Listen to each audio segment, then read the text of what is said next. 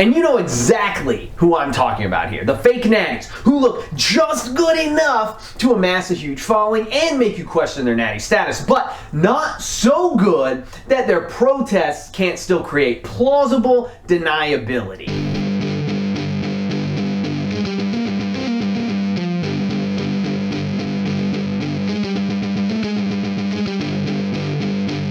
What's up guys, Enkiri here, and today we're going to be covering one of the most contentious of all topics in the fitness industry, and that is steroids. More specifically, should we, as natural lifters, should we even be taking training advice from people who themselves are not natural? Now, the problem here stems from the fact that there is a big difference between training naturally and training enhanced, even just mildly enhanced, which is the zone where many of the supposed fitness influencers likely fall. And you know exactly who I'm talking about here, the fake natties who look just good enough to amass a huge following and make you question their natty status, but not so good that their protests can't still create plausible deniability. Now, this does not hold true with someone like, say, Mike O'Hearn, for example, who could produce 1 trillion consecutive negative tests for anabolics, and still nobody would believe that he was actually fucking natural. Another issue here is that in the current era of social media fitness, many of the highly popular influencers are very, very young as well. Many of them hopped on that juice train not a day past 20,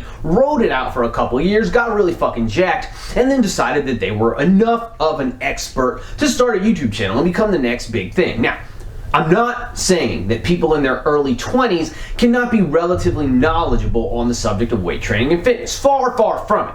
However, it stands as a fact that much training wisdom is simply a product of experience, and experience is a function of time. So if you're very young, you likely simply have not been around long enough to figure out a lot of things just yet. And that's no one's fault, and that wisdom will come with time. But if you also compound that with the fact that you started taking steroids very early on in the game as well, and were never forced to figure out what works for the natural trainee in a long game scenario, then in all likelihood there is going to be a massive disconnect between what you think is good advice for the average person and what is actually good advice for the average person. That would simply become unavoidable. But it isn't just young guys who get wrapped up in this ploy either. There are seasoned guys pulling similar junk as well. For me, Ryan Humiston immediately comes to mind, as he's probably one of the more popular ones at the moment. But here, for example,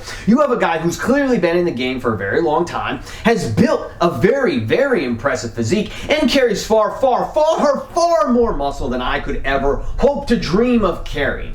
However, he comes onto YouTube, amasses a huge following, which by default is going to consist primarily of beginner trainees, and then he goes on to basically discourage traditional progressive overload, essentially by strawmanning the concept of adding weight to the bar. And dissecting that advice specifically is a whole other topic for a whole other day. But in Ryan's case, you have a guy who's obviously very strong and who obviously built his base of strength and muscle using many of the very concepts that he now speaks out against. He's also very obviously pushing the gas pedal pretty heavily, and it doesn't take a fucking rocket surgeon to figure out that a big, strong, enhanced guy like Ryan is going to be able to get far, far more out of many of the unique techniques that he currently espouses than a young, weak, inexperienced trainee with no muscle on his frame to speak of. And don't get me wrong, I do not believe that Ryan's message is invalid.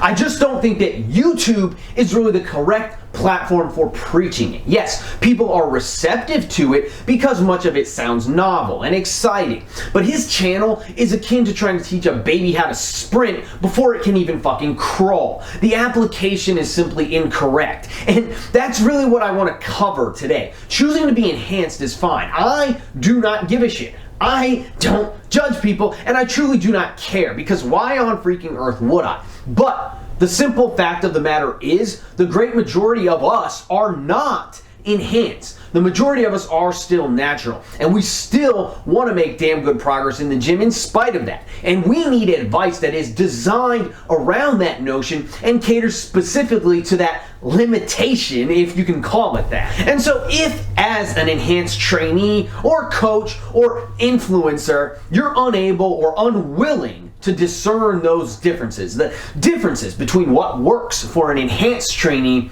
versus what works for a natural trainee, or should I say, what you can get away with as an enhanced trainee, whereas being a natural trainee, physiology is simply not going to be quite so forgiving. But if you're unable to discern those differences for whatever reason, lack of experience, or you simply become disconnected with reality over time, then it simply becomes an unavoidable fact that your advice is just not applicable to trainees who are not natural. Ergo, your advice, while it may sound cool and different and exciting, in the real world, it's simply not applicable to the vast majority of people who step foot in the gym, and it's mostly just going to cause them to spin their wheels and waste their precious fucking time. So today, I want to cover the 3 major red flags to look out for here. As I alluded to a minute ago, just because someone is enhanced does not mean that by default they can't provide you with solid and legitimate and applicable training advice. However,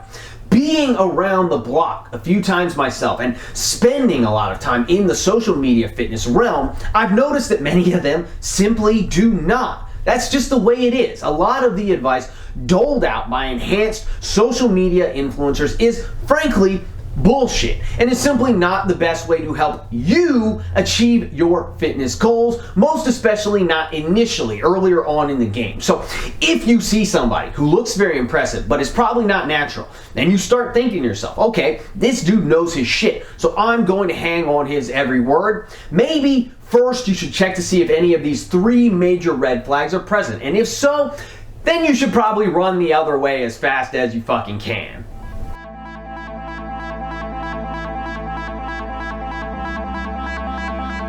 This is kind of the biggie right here. The next 2 red flags will kind of umbrella out from this one, but this one right here is the big kahuna. If you take nothing else away from this video, then this should be the takeaway point to remember.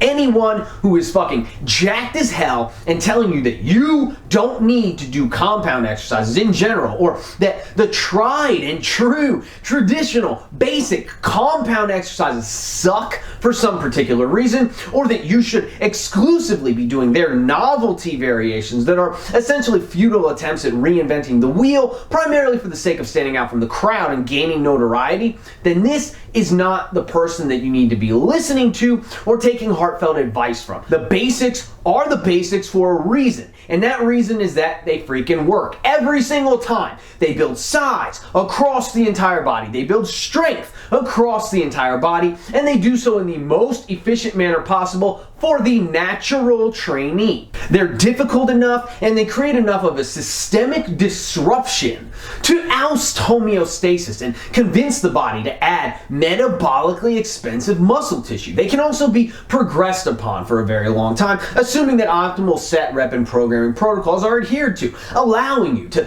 build more strength, which subsequently will make everything that you do in the gym more productive. So if anyone is telling you, as a natural trainee, and most especially as a natural trainee who is still a relative beginner or even an intermediate, that you should not be emphasizing these tried and true exercises, and instead that you should be emphasizing more isolation type movements or novel variations that nobody else has ever heard of, instead of the compound, tried and true compound exercises, then you should run far the hell away from that person and never look back, because in all likelihood, that person has been on the gas for so damn long that they're simply disconnected from reality at this point, and they have no clue about what kind of training is actually required to optimally build muscle and strength in the natural trainee.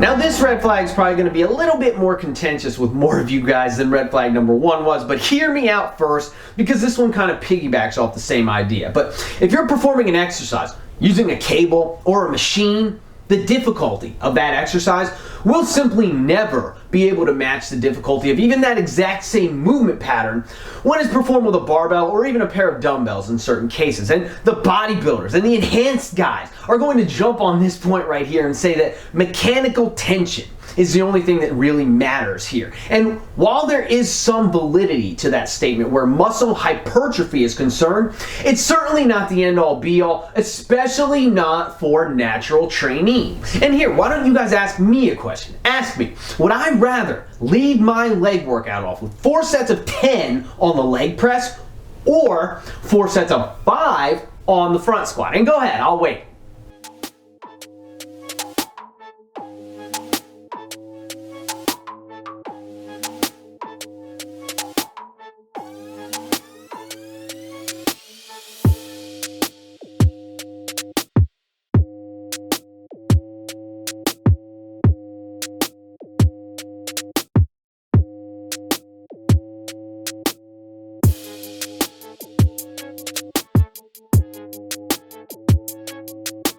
I'm glad you asked, and I would rather use the leg press.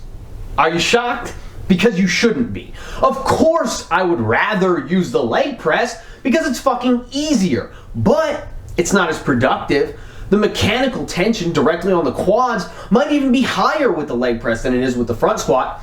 But there's a lot more that goes into a front squat than simply the mechanical tension generated within the quadriceps. And I'm still going to go with the front squat anyway because of exactly that. There is a lot more going on, and that a lot more is kind of important. It's kind of a big deal, and it can't really just be glossed over when it comes to the natural trainee. Aside from the overall systemic difficulty of the exercise, which in the absence of a plethora of exogenous hormones is in part what forces the body to overcome homeostasis in the first place. If your body doesn't feel threatened to adapt, then it simply will not adapt because it's wasted energy otherwise. But there are a multitude of other very important aspects involved here, such as the heavy spinal loading, the massive core engagement, the incorporation of the entire upper back into the exercise, the necessary contribution of many of the stabilizing muscles in the hips as well as in the ankles, actually having to stay balanced on your feet with a heavy weight on your shoulders while you perform the exercise, and a much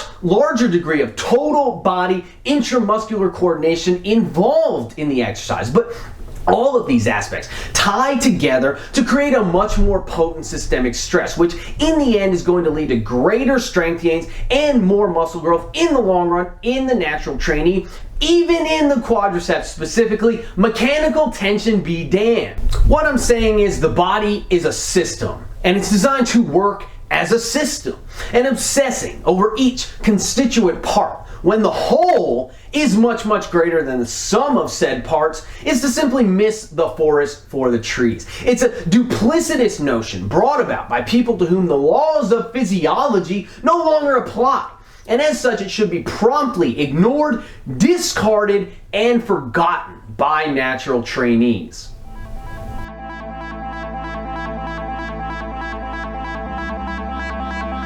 And finally, it's red flag number 3. And this one kind of piggybacks off the last point in that it's easier to feel the muscle working and deliberately generate a lot of tension within the target muscle and get a bigger, better pump by performing machine work and cable work as well as isolation work. But the problem with this, again, is that these exercises simply do not create enough of a systemic disturbance to impact very much meaningful change in the natural trainee when they're treated as the cornerstone of the training program. And that statement does not hold true for enhanced trainees who have exogenous hormones in their system helping to churn things along. But overall, there is nothing wrong with getting a pump. I wouldn't call it orgasmic. I'm like getting the feeling of coming in the gym. I'm getting the feeling of coming at home. Like our friend Arnold once did, but it's still cool. As well, there's nothing wrong with trying to enhance the so-called mind-muscle connection. There really isn't, especially when you're using that philosophy merely as an adjunct to your primary work. Your primary work, which should be the big bang for your buck, traditional compound exercises, typically and mostly done with a barbell. But focusing on pump work. So I'm coming day and night. And fluff work and just trying to feel the muscle working hard and doing so at the expense of actually working hard is the fast track to making minimal fucking gains. Now, on the other hand, if you put these exercises and these techniques where they belong, in the back half of the training session, after the heavy squats or overhead presses or chin-ups or rows or deadlifts or whatever the main lifts that they happen to be, if you put them where they belong, then they can actually be very useful techniques, incredibly useful methods and techniques even. I have been making use of similar techniques myself lately. I've been using very high rep work with minimal rest time in between sets and really just trying to finish a lot of my sessions off by catching a big pump. And so I'm coming day and night. Cramming a lot of work into a short period of time and simply becoming more aware of the action and function of the specific muscles that I'm working that day. For example, just yesterday I finished off my training session by doing 100 reps for time on the weighted dip using an extra 45 pounds, and I completed all 100 reps in about 12 minutes. It was really, really hard to get through, and I had a huge pump in my triceps afterward, and my chest is freaking sore as hell today. And it was great, and I've gained a lot of muscle in my upper body these past few months, thanks in large part to the incorporation of techniques just like the one I just described. But I did that work after heavy Larson pressing, after hitting 8 triples or 24 moderately heavy reps on the Larson press. And if I didn't already have the strength required to bench press 315 pounds or do a heavy dip with 200 pounds strapped to my waist, then there's no chance in hell that all that high rep, high density work that I've been using as a finisher would have been able to add as much muscle to my frame as quickly as it has. It has been able to be so productive for me in recent history because the requisite set of physical capacities needed to make it so already exists. I already possess them. But if I didn't, then this work would all mostly be for naught. So again, there's a time and a place for all this stuff, and the value is certainly there. But you need to keep it in perspective, and you need to understand where that value actually lies. It isn't the cornerstone, it isn't the anchor. It's just the final piece of the puzzle. And anyone who tells you the opposite is most likely on a dose of that good juice. So there you have it. 3 of the biggest red flags to watch out for when taking advice from enhanced lifters. It's not that you shouldn't take training advice from anyone who takes steroids. It's just that a great many of them have either lost touch with what it's like to be a natural trainee, or they simply never really had that experience in the first place because they hopped on the juice train at such a young age. And the great irony here is that many of the techniques and the ideas that I've mentioned in this video are actually good training ideas and good concepts and good methods. I've really opened up my own eyes to a lot of these things in recent history, but without that enhancement, they simply aren't enough in and of themselves to spur on the kind of results that most natural trainees are dreaming of. And they're never ever going to be able to replace the hard work that goes into building your initial base of strength and muscle. That is simply an unavoidable fact of the weight room if you want to make really good progress, and that requires a few years of grueling work on squats and bench presses and overhead presses and chin-ups and deadlifts, etc., etc., etc. But once that base is built, then a lot of doors actually open up, and those aforementioned techniques actually become a lot more valuable overall and a lot more effective for you, even if you're a natural lifter. But until that time comes, you do need to be leery of anyone who's spouting off this sort of advice, because without that base and without that enhancement, you might as well just be performing Dr. Joel's air resistance training instead.